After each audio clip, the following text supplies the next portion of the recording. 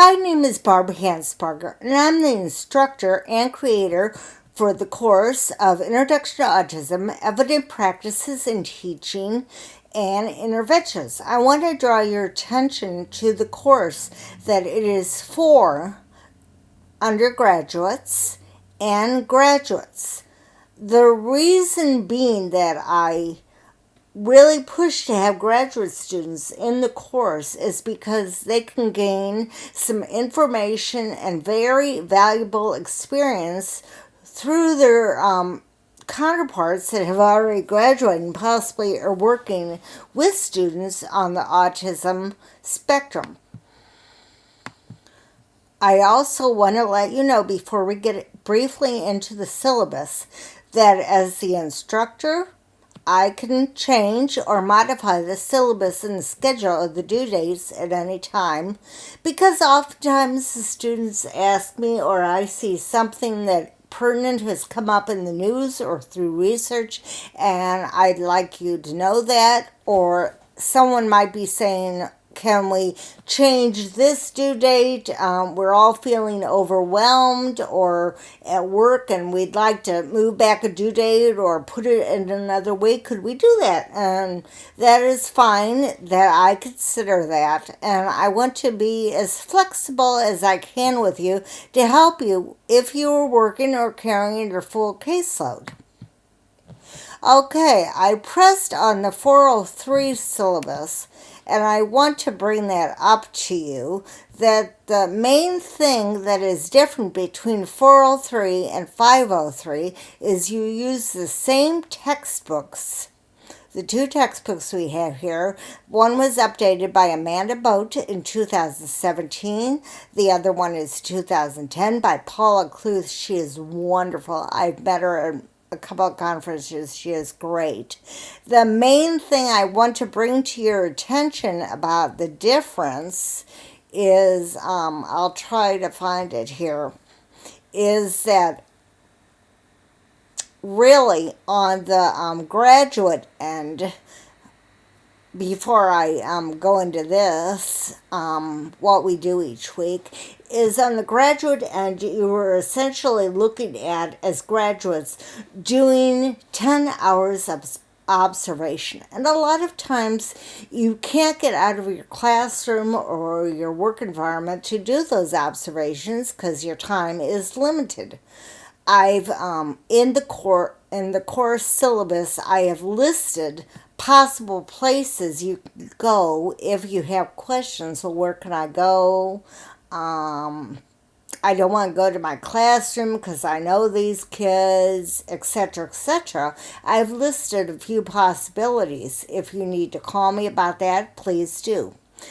But if you have difficulty getting out of your classroom or your work environment and you have students on the spectrum, which many of you probably do and you might have access to, and you want to do the observations and the notes on that student, please let me know. I understand that and I will try to work with you. Though I do stress and I do recommend going outside with students or individuals you may not know, but I understand that might be a problem. Okay, let's look at the syllabus briefly. What you're going to see each week is your readings that you're supposed to do, and this is, let's say, for week 1.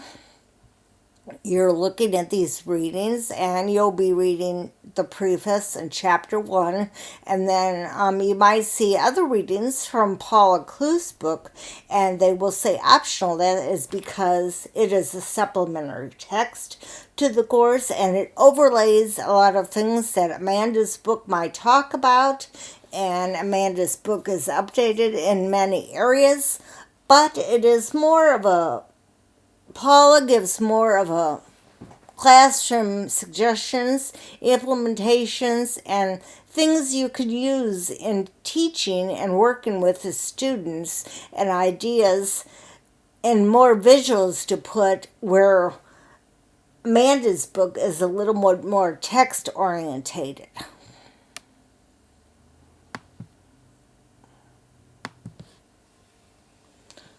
When you look at your weekly assignments in each blue module down below, corresponding for each week, you will notice that there will be supplementary materials, possibly by a video, an article, or something else that I have included. Let's go down to the blue modules that correspond for each week. I'm going to press on week number 1. Hopefully it comes up. There it goes. Okay, I want you to be sure to listen if there's a lecture or an announcement for that week. There usually will be one in an audio format, video format, or written format. Then be sure to look if there's any general information for that week. Important information, like for this week, it will talk about the observations. Also, I'm talking about one of the assignments that is a management notebook that I used to assign for every student, graduate and undergraduate. It was mandatory. This year I am starting to saying it's optional. It's an optional final project. You can do that. It's one of your final projects. Always look very carefully of what the reading material is. And here's directly the assignment question. You post those on Canvas. Canvas has a section for assignments and discussion boards, etc. If you do not know where to place them, look. You can ask me directly, or be sure to go over to your Canvas student manual and scroll through that, and it'll show you how to navigate Canvas if you haven't done Canvas before. Then there will always be a discussion board, and it will introduce you to this discussion board. If you click on this, you will link to it. And your questions that you have for the discussion board, you will post your first initial response always by Wednesday on each corresponding week you're in. 1, 2, 3, 4, 5, 6, etc.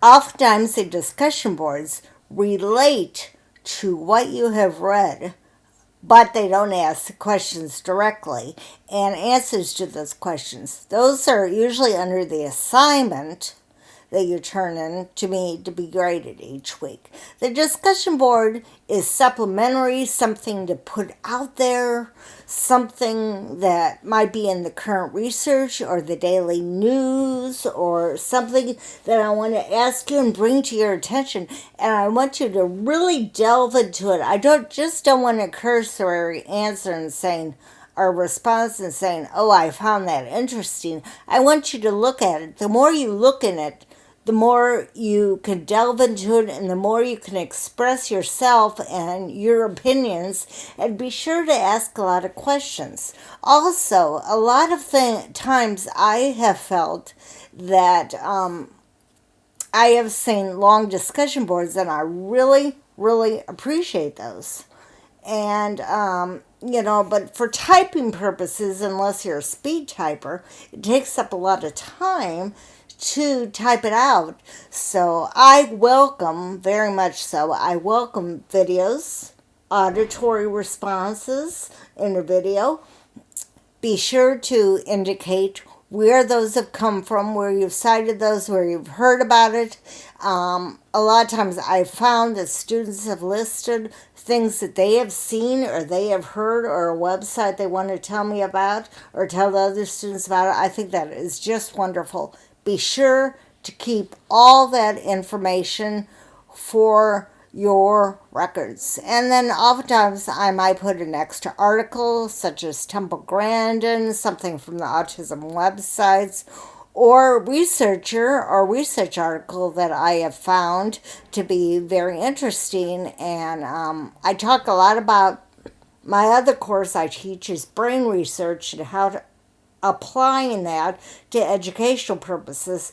But as you know, autism is in the neurological part of the brain. It is brain based. I do a lot of work with Martha Hubert and showing a lot of her things, that how that relates in the brain, how that relates to autism, and how can you work with different areas of the brain and different things, and homeopathic methods too, also, in helping alleviate some of the symptoms that you might see or you might visually see in the classroom or the home or the other environments you work with the children in.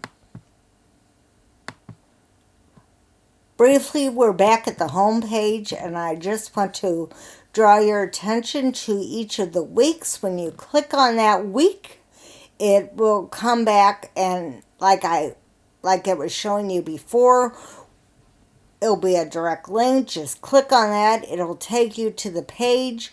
Also, some people like to look at this. And if you click at the home, this is the home page. If you click at the announcements, it goes to the announcements or assignments. I just find this a very useful way, very compact way, that just looking at the blue modules right here for each week, just click on it. It'll take you directly to what you need to know. Okay. If you need to contact me, you can contact me there or by phone, like I said earlier. I'm really looking forward to seeing you and talking to you. Another thing I find very useful, if you could shoot me your cell phone number or contact number by text, and I can put that in my phone. If there's something that comes up and I'm thinking, oh my gosh, I need to contact this person immediately, and you don't look at your email that day, you should really every day check your emails, check the inbox, see if I have put anything in. You really need to get in contact with me, or I need to get in contact with you. I could just text you, or I can call you, and we can communicate that way. Or if there's something pressing and there's an assignment that is due and you said, oh, I placed it in such and such area where it was supposed to, and for some reason Canvas did not download it, or if you're taking the exam and it didn't record your answers the way you wanted it to, you can get to me immediately, or I can get to you. So I am really looking forward to having you in this course. Please feel open and give me your experiences, your questions, your interpretations, because that's what this course is all about. I want you to think beyond the box and not just think that you're going to have to relate all these statistics out back to me and back to your classmates. That's not what I want for this course. I want you to think beyond the typical norm, and I want you to be able to apply these methods and this material that I'm going to give you and you're going to get from your classmates to your everyday work experience. Looking forward to getting to know you soon. Please contact me if you have any additional questions. Thank you.